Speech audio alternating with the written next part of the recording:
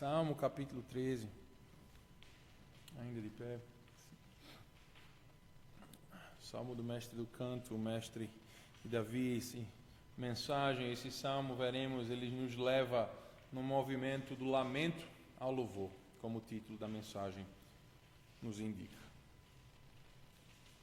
Salmo 13. Ao mestre do canto, Salmo de Davi. Até quando, Senhor, esquecer-te-ás de mim para sempre? Até quando ocultarás de mim o teu rosto?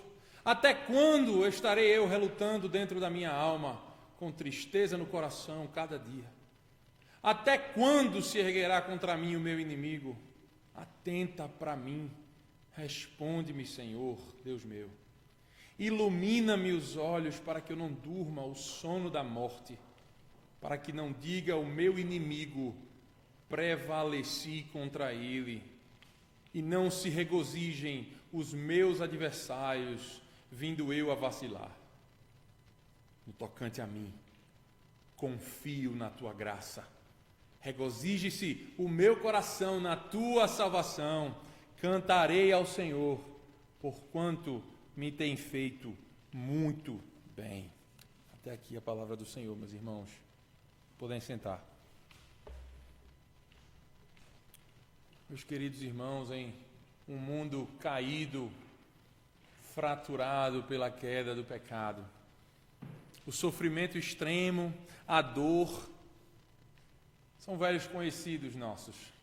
A perda de um filho, a traição de um amigo próximo, a ameaça de inimigos e malfeitores, ou mesmo a sensação de não poder confiar em ninguém ao nosso redor.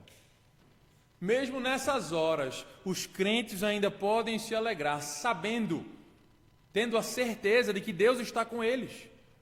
Ou melhor ainda, está neles, por meio do Espírito. Mas se há algo que o Salmo 13 nos ensina, é que muitas vezes o que um crente sabe sobre Deus é bem diferente de como ele se sente a respeito de Deus em alguns momentos da sua vida. Há momentos de grande angústia para o nosso corpo, para a nossa alma, momentos em que nos sentimos sozinhos, abandonados, quebrados, desesperados ou mesmo doentes fisicamente. Nossos únicos companheiros parecem ser a dor e as lágrimas. Foi exatamente assim que Davi se sentiu quando o Espírito Santo lhe concedeu o Salmo de número 13. A gente não pode viver sob a ilusão de que somos perfeitamente constantes, de que uma vez que fomos convertidos, a vida vai ser simplesmente uma reta, uma simples ascendente, mas parece mais uma montanha russa, na verdade, meus irmãos. É assim a nossa jornada aqui, sim, termina em glória, mas é mutável, como nós somos. O único imutável é Deus. Note que a própria estrutura e a progressão dos salmos vizinhos ao Salmo 13, a gente vê isso.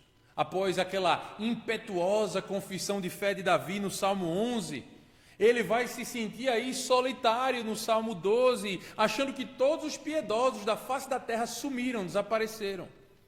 E como se isso não bastasse, aquela dor do Salmo 12 dá lugar a essa loucura, essa avassaladora depressão quase que ele sente aqui no Salmo 13, onde ele enfrenta uma dor ainda mais profunda. Ele sente que o próprio Senhor o abandonou e aquela dor que resultava desse sentimento lhe era insuportável. Vejam, queridos, a tristeza é uma realidade que certamente vai bater a porta do teu coração, se é que já não bateu.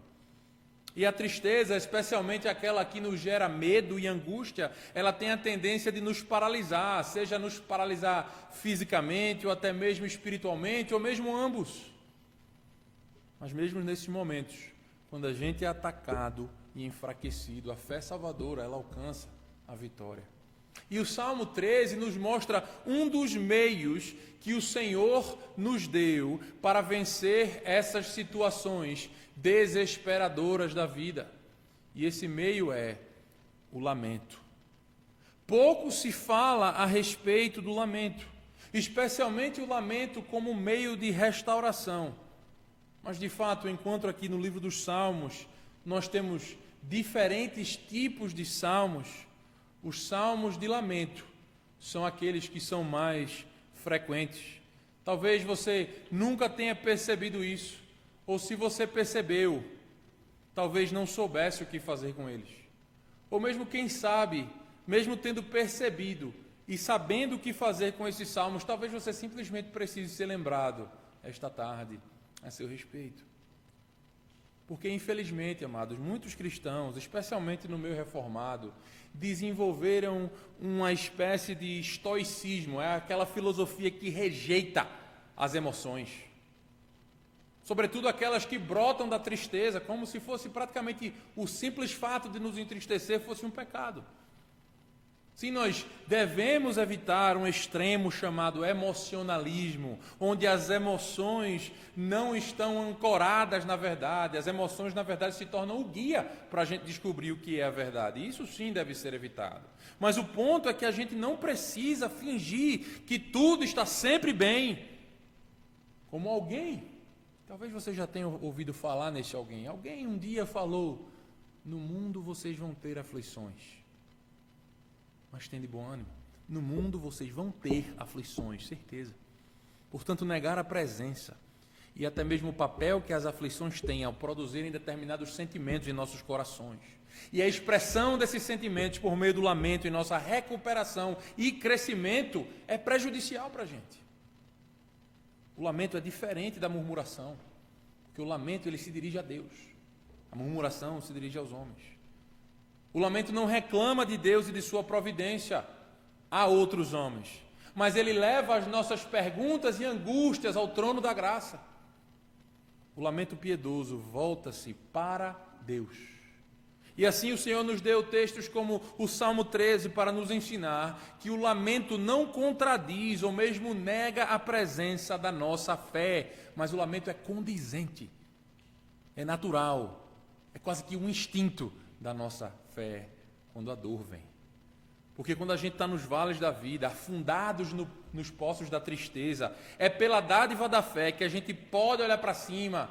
E para citar aqui um querido livro meu chamado O Vale da Visão, eu acho que foi traduzido para o português já, mas aqui é a minha tentativa de traduzir a linguagem poética desse livro, que é uma coletânea de oração de homens piedosos. Senhor, durante o dia as estrelas podem ser vistas dos poços mais profundos.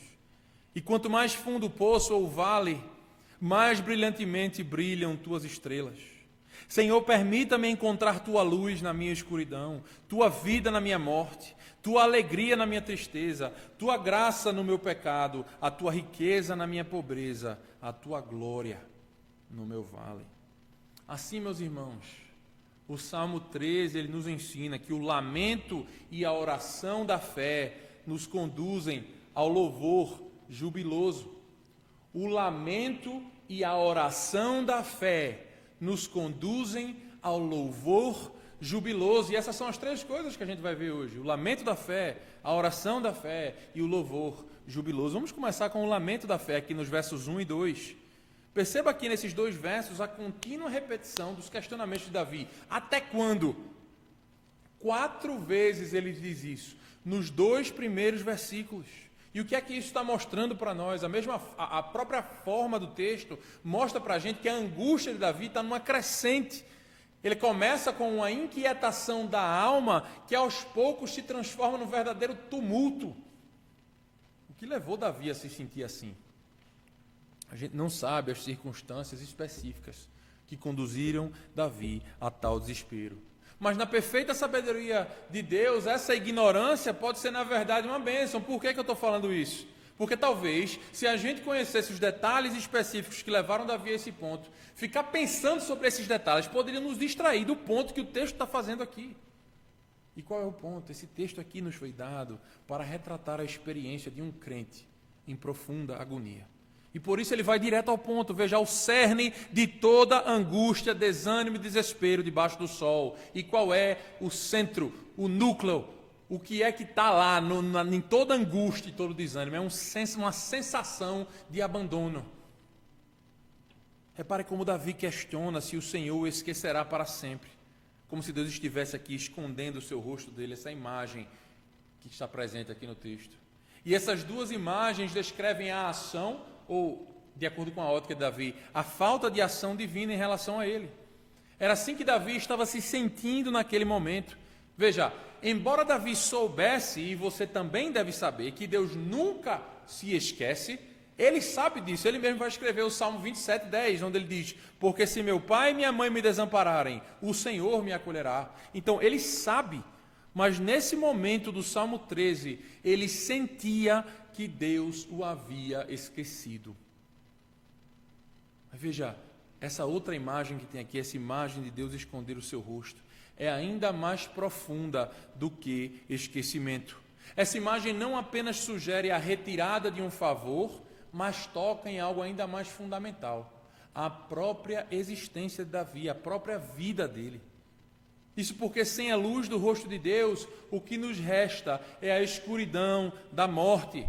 Isso fica claro em textos, por exemplo, como a bênção sacerdotal que Deus ordenou aos seus sacerdotes colocarem sobre o povo, em Números 6, por exemplo, versos 24 a 26. Disse o Senhor a Moisés: fala a Arão e seus filhos, dizendo: assim abençoareis aos filhos de Israel, e dir-lhe-eis: o Senhor te abençoe e te guarde, o Senhor faça resplandecer o rosto sobre ti e tenha misericórdia de ti, o Senhor sobre ti levante o rosto e te dê a paz. Veja, Deus é a fonte de vida, o Criador e o sustentador de todas as coisas. Veja, que isso estava na mente de Davi, que ele necessitava de Deus até mesmo para existir, para viver, para respirar, vai ficar mais claro à medida em que o nosso texto avança. Mas por hora eu quero que você note esse desespero de Davi, que o levou a temer pela própria vida. Ele sabia que se Deus não voltasse o seu rosto para ele, o seu fim seria a morte. E a gente vai para o verso 2, onde a gente vê a expressão relutando dentro da minha alma. Essa expressão significa uma tentativa persistente de encontrar em si mesmo, no seu próprio coração, uma saída daquela depressão, usando os seus próprios recursos, seus próprios métodos. Mas veja, nós lemos aqui nesse texto que ao buscar respostas no próprio coração, o resultado é qual? Veja aqui: ter tristeza no meu coração a cada dia, literalmente, o dia todo. Mas observe aqui como é que Davi prossegue: até quando meu inimigo se exaltará sobre mim? Repare que o sofrimento de Davi tem uma dimensão existencial, uma dimensão social e uma dimensão teológica. Veja, eu estou dizendo isso não é para você, a próxima vez que você vê um irmão chorando, você vai dizer: meu irmão, você sabia que o seu irmão tem uma dimensão existencial, social e teológica? Está se sentindo melhor agora, irmão? Não é isso que eu estou querendo dizer. Eu estou simplesmente mostrando a você que toda a realidade existencial, você mesmo, social, os seus inimigos e amigos, ela tem uma visão teológica, está debaixo do controle de Deus. Toda a existência, você, os outros, as circunstâncias, está tudo debaixo do domínio de Deus. Diante disso, meus irmãos, quando as situações acontecem que nos levam para esse ponto, nada é mais coerente do que o lamento, do que nos voltarmos para Deus com esses questionamentos, com essas angústias, com essas dores. E a gente tem aqui uma percepção valiosa sobre a perspectiva que a gente tem que ter sobre os nossos problemas. Está tudo debaixo do domínio de Deus. A gente nunca deve esquecer disso. E tendo aprendido essa lição, a gente volta aqui às repetições de Davi. Veja a angústia da sua alma: até quando, Senhor? Até quando? Até quando? Até quando, Deus? Veja o desespero chegando na alma daquele homem. Como o tempo passa devagar quando a gente está abatido. Não é verdade? Charles Spurgeon falou aqui num sermão dele, acho que foi nesse salmo: uma semana entre muros de prisão parece mais longa que um mês em liberdade.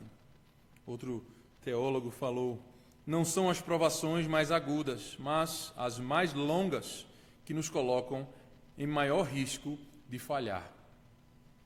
A gente consegue suportar muitas vezes uma dor intensa por um breve momento, mas quando os minutos, as horas, os dias, as semanas, os meses, muitas vezes os anos se arrastam, e você está se segurando pelas unhas já, e ainda assim você não consegue ver o fim das suas agonias, você clama: até quando, Senhor? Até quando? Eu me pergunto se você se sente à vontade para fazer esse tipo de pergunta a Deus, para se colocar dessa forma diante de Deus. Porque se você não se sente, você deveria. Então deixa eu te encorajar hoje. Ao invés de se afastar de Deus, volte-se para Ele na tua tristeza.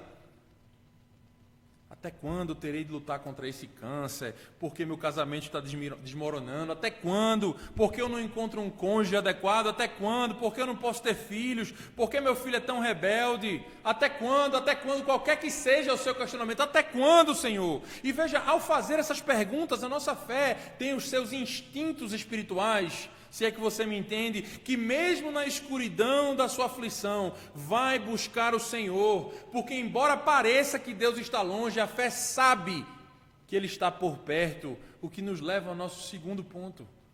Não só o lamento da fé, mas esse lamento ele se transforma na oração da fé. Versos 3 e 4. Nesses versículos a gente encontra 3 imperativos, 3 petições enfáticas, seguidos por 3 argumentos. Quais são os imperativos? Atenta para mim, responde-me e ilumina os meus olhos. Veja, isso não é uma falta de reverência ou de submissão. Davi está simplesmente pedindo algo a Deus com urgência. Se você está achando que você vai morrer, meu irmão, em algum momento, de uma hora para outra, você pode morrer. Você não vai chegar para a pessoa que pode salvar a sua vida e dizer assim: será que você poderia, por gentileza, me passar aquele instrumento? Você não vai, meu irmão. Aqui é um pedido de alguém que sabe, que depende de Deus. É ênfase, não é falta de reverência. Atenta para mim, literalmente, fixe o olhar em mim. E aquilo está conectado com aquela preocupação que Davi tinha de que Deus tinha virado o rosto dele no versículo 1, se você lembra. O que Davi está clamando aqui é: Senhor, olha para mim, me ouve, me responde. Veja, Davi está aqui como uma criança, aquela fé que Jesus vai dizer que é necessária. Ele ansiava por sentir a proximidade do seu pai.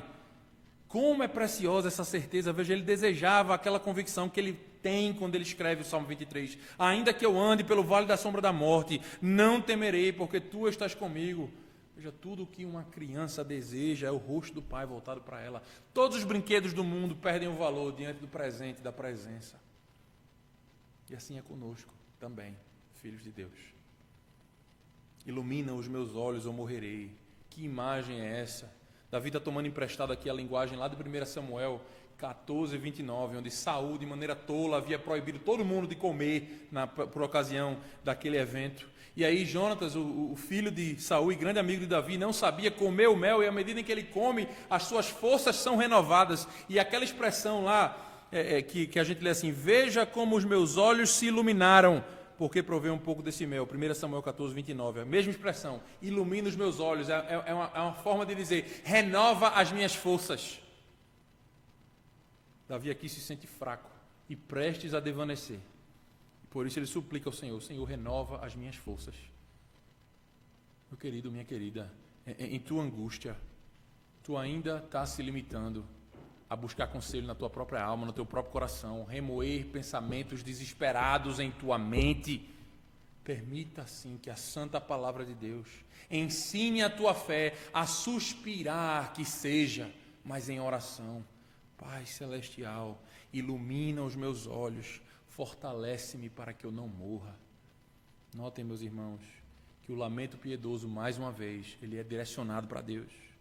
Por isso ele se manifesta, ele resulta em oração. Deus é a tua única esperança. Para onde mais podes ir se só Ele tem as palavras de vida? Lembre-se, portanto, das promessas que o Senhor te deu sobre a oração, que Ele ouve e responde. Afinal, o lamento é inútil se não culminar em oração. Um crente assim, que acha que a oração não é um meio de graça eficaz, será que Deus está me ouvindo mesmo?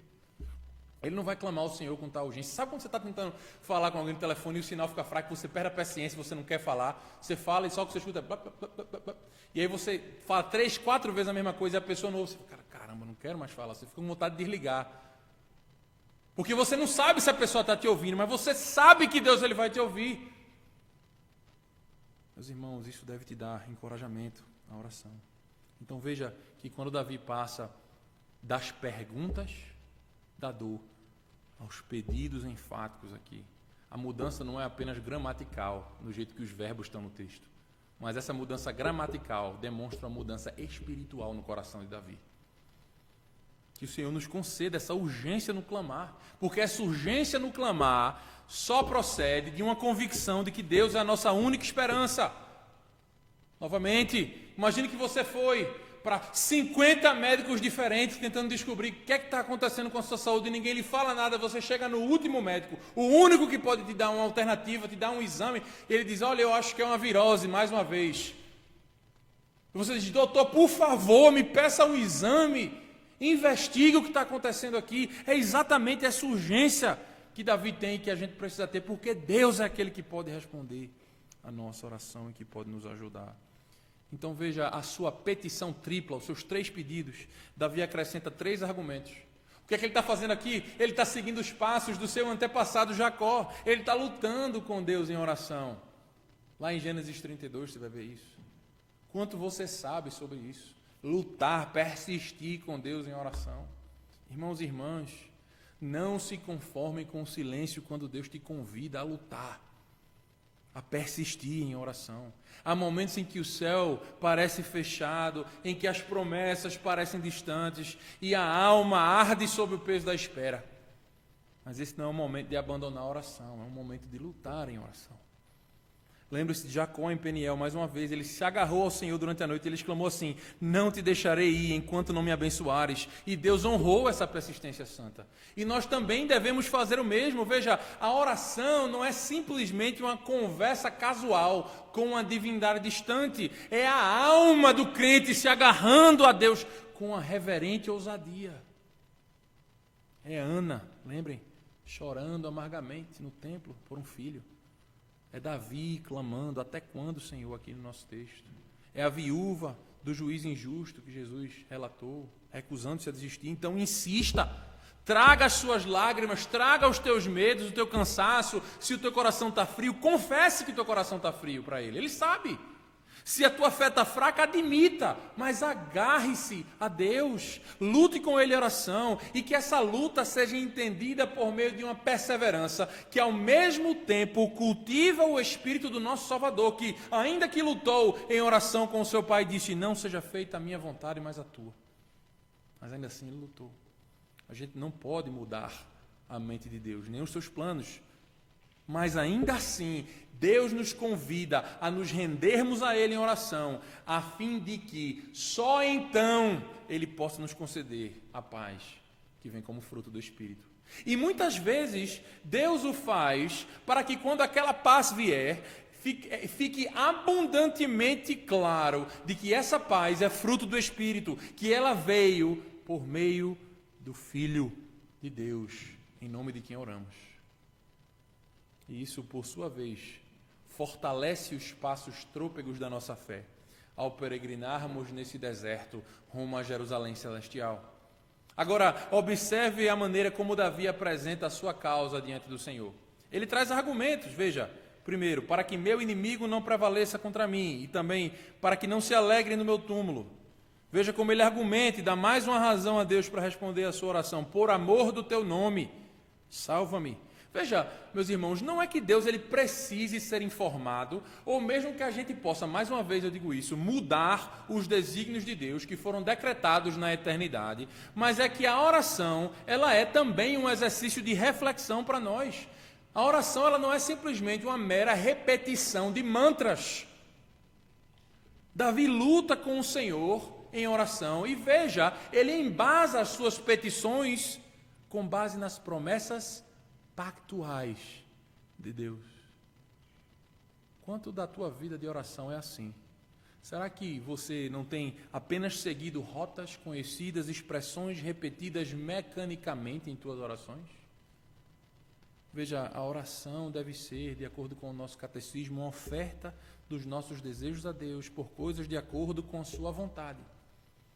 E veja, diante disso, um benefício claro de pleitear com Deus, trazendo argumentos do porquê Ele deveria responder os nossos pedidos, é que ter argumentos bíblicos para defender a validade da nossa petição nos ajuda a entender se o que estamos pedindo está em conformidade com a vontade de Deus. E ao refletirmos no que pedimos e concluirmos que o que estamos pedindo está em conformidade com a vontade revelada nas Escrituras, aí sim a gente vai ter uma redobrada ousadia tão rara em nossas orações. como é poderoso e maravilhoso quando os filhos de Deus oram com sinceridade e com fervor, derramando todo o seu ser diante do trono da majestade, mente e emoções. Enquanto as lágrimas caem dos seus olhos, argumentos são produzidos pelas suas mentes. Que bela expressão isso é, de uma alma que busca amar ao Senhor de todo o coração, de toda a alma e de todo o entendimento. Quando os filhos de Deus assim clamam pela maravilhosa graça do Pai e na perfeição infalível do seu tempo, eles ascendem do lamento ao louvor. Esse é o nosso último ponto, nos versos 5 e 6, o louvor jubiloso. No tocante a mim, verso 5, confio na tua graça. Esse termo que a nossa versão aqui traduz como graça já é nosso velho conhecido. É aquele que a gente discutiu tanto nas nossas exposições de Ruth, quanto nos nossos estudos a respeito da teologia do pacto. Aquele termo chamado Hesed, que é o amor pactual de Deus, o seu compromisso resoluto de fazer o bem ao povo que ele elegeu antes da fundação do mundo. É nessa lealdade e amor pactual que Davi confia. Veja, observe o tempo aqui do verbo no verso 5. Eu confio, literalmente, eu tenho confiado. Há um sentido de constância nessa expressão de Davi aqui. Essa fé era uma marca na vida de Davi, confirmando que na sua fé ele buscava o consolo por meio do lamento. O lamento não é, novamente, contraditório à fé, mas é o que a fé faz. Ela se volta para Deus por meio dos suspiros da oração, na escuridão das nossas aflições. Ou seja, mesmo na dor do lamento, era a fé que ele tinha que o levava ao Senhor. Ainda quando as suas emoções estavam abaladas, a fé, que é um dom divino, impulsionava Davi a confiar na fidelidade da aliança, do pacto de Deus. Que Deus é capaz de cumprir todas as suas promessas. E por meio do lamento e da oração da fé, Deus restaurou a alegria de Davi na sua salvação. Por isso a gente lê no verso 6 que ele cantará ao Senhor, porque o Senhor lhe tem feito muito bem. Notem, meus irmãos, notem que Davi afirmou que a libertação final de Deus ainda está reservada para o futuro. Eu me alegrarei na tua salvação. Eu acredito que a Almeida, Revista Corrigida, lidou melhor com o texto aqui, ao deixar explícito que essa alegria virá no futuro. Mas no verso 6, o que é que Davi faz aqui? Ele já afirma que Deus o tratou, tem me feito no passado, no presente, muito bem. E o que é que essa dinâmica no texto serve? Justamente para apontar a realidade da fé no coração de Davi. Veja, não há nenhuma sugestão no texto de que as circunstâncias de Davi mudaram, mas ele, Davi, mudou. Somente a fé explica tamanha certeza de uma realidade que os olhos ainda não podem ver e que as mãos ainda não podem tocar. Um cristão genuíno, portanto, pode estar no mesmo estado de Davi, onde a sua esperança desespera e o seu desespero espera ao mesmo tempo. Veja, nós somos o povo da cruz e da ressurreição, ao mesmo tempo, não somos? E não é Cristo, de certa forma, a personificação perfeita desse lamento voltado a Deus? Um exemplo que eu apenas indiquei, deixa eu citar agora, em profunda agonia, Cristo orou ainda mais intensamente, Lucas 22, e lá nós lemos que o seu suor se tornou como grandes gotas de sangue. E mesmo assim, o cálice não lhe foi tirado. Suas circunstâncias não mudaram, mas ele confiou no seu Pai, como diz o autor aos Hebreus, ele foi aperfeiçoado pelo sofrimento. E no momento de maior agonia de Cristo, embora ele não tenha gritado até quando, ele exclamou: meu Deus, por que me desamparaste? Por que me desamparaste? Por isso, cristão, as perguntas de Davi nesse salmo, e muitas vezes as nossas próprias perguntas na tristeza, surgem de uma sensação de abandono, mas você pode ter certeza de que você nunca será verdadeiramente abandonado. Sabe por quê? Porque o Deus homem, Jesus Cristo, foi pendurado naquela cruz e tudo escureceu. A luz do rosto do Pai foi de fato, de quem ele foi gerado de toda a eternidade, foi de fato retirada dele. E isso foi por você. Isso é, se ele é o teu Senhor e Salvador. Esse Senhor Jesus Cristo, que personifica perfeitamente o lamento piedoso, Ele mesmo é a fonte da salvação e o objeto da verdadeira fé salvadora. Portanto, agarre-se a Ele, confesse o seu nome e você será salvo. Entregue a tua vida a Ele. E embora Ele nos tenha advertido que teremos aflições nesse mundo, Ele nos deu meios para vencer o mundo. E o lamento bíblico é um desses meios. Além disso, se você acha que a oração de Davi, com toda a sua urgência e argumentos, foi ousada demais, lembre-se que você, crente, tem motivo para ser ainda mais ousado. Você pode ser ainda mais fervoroso e confiante, porque a salvação que Davi falava que viria no futuro já veio. Isso na pessoa de Jesus Cristo. Tudo que nos resta agora é esperar o seu retorno em glória. E em Cristo, a gente pode saber que, embora você possa se sentir abandonado ou esquecido em certos momentos, isso não é verdade, é apenas impressão tua, porque Ele mesmo disse: estou com vocês todos os dias até o fim dos tempos. Mateus 28:20. Amados, o Salmo 13 nos oferece um exemplo a seguir, uma linguagem para expressar e uma esperança para abraçar na noite escura das nossas almas. Um exemplo a seguir, uma linguagem para expressar e uma esperança para abraçar na noite escura das nossas almas. Abraçar ao Senhor como a tua esperança é um compromisso para a vida toda. E isso vai transformar a maneira como você pensa, como você fala, como você sente e como você age. A razão disso é que você foi conquistado pela misericórdia, pela justiça, pela bondade e pela verdade de Deus. Você entrou em um relacionamento pessoal com um Deus pessoal que cuida de você. Portanto, traga a Ele em oração os questionamentos mais profundos do teu coração, mesmo em meio à dor e à agonia da tristeza, e Ele vai te conduzir à canção. O teu Pai Celeste sabe que esse mundo está cercado de sofrimento e que essas coisas te afetam profundamente. Ele lembra que você é pó, Ele que te criou. Por favor, então, ouça-me com atenção. Está tudo bem expressar a tua tristeza para Ele, em implorar a Ele, em chorar aos pés dEle. Você já viu alguém cuja expressão mostra claramente que aquela pessoa não está bem, e quando você vai e vai perguntar para ela, ela fala: não, está tudo bem, está tudo bem. Só que você sabe que não está. Isso te mostra uma dessas duas coisas. Ou, primeiro, essa pessoa não confia em você, ou a pessoa confia em você, mas não acha que vai ter bem nenhum espalhar essa tristeza para você. Às vezes é de boa intenção. Mas, meus irmãos e minhas irmãs, deixa eu dizer uma coisa para vocês. Sempre há vantagem em clamar ao Senhor por meio do lamento. Sempre. Pois o lamento é a linguagem que Deus te deu para usar entre o desespero de isso aqui é difícil demais e o deleite de sentir que Deus é bom e fiel. Nesse momento, entre essas duas situações da sua alma, essa é a linguagem que Deus te deu para navegar até lá. E se Ele te ofereceu essa linguagem na Bíblia, Deus espera que você vá até Ele utilizando a linguagem do lamento. Que pai terreno, em sã consciência, gostaria de que seu filho lhe evitasse na hora da dor? Portanto, se vocês que são maus desejam tal proximidade com aqueles que te são próximos, imagine aquele que não poupou o seu filho unigênito para te resgatar e te adotar quando ainda eras um inimigo rebelde.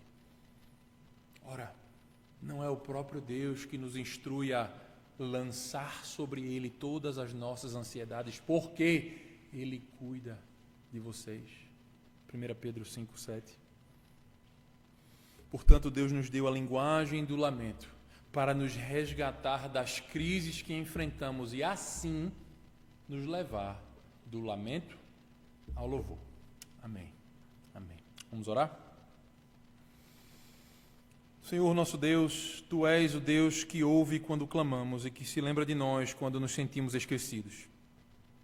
Como Davi, nós viemos hoje com perguntas em nossos corações.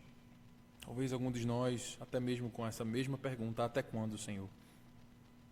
E ainda assim, Tu nos encontraste com a Tua palavra e nos lembraste de quem Tu és. Ensina-nos, Pai, a não fugir da tristeza, mas a trazê-la com honestidade diante de Ti. Treina os nossos corações para lutar em oração, para nos agarrarmos a Ti quando pareceres distantes, para derramarmos nossa dor com reverência e esperança, e para permanecermos de joelhos até que o lamento dê lugar ao louvor. Faz de nós um povo que canta, não porque a dor desapareceu, mas porque a Tua misericórdia é melhor do que a vida. Dá-nos graça para confiar em Tua bondade quando as respostas demoram, para nos alegrarmos em Tua salvação quando a noite parece longa, e para cantarmos a Ti, porque Tu nos tem tratado com abundância, mesmo na espera. Envia-nos agora com essa esperança, ancorados em Cristo e sustentados pelo Espírito, e regozijando-nos no Deus que transforma o lamento em louvor. E assim nós te oramos, em nome de Jesus. Amém.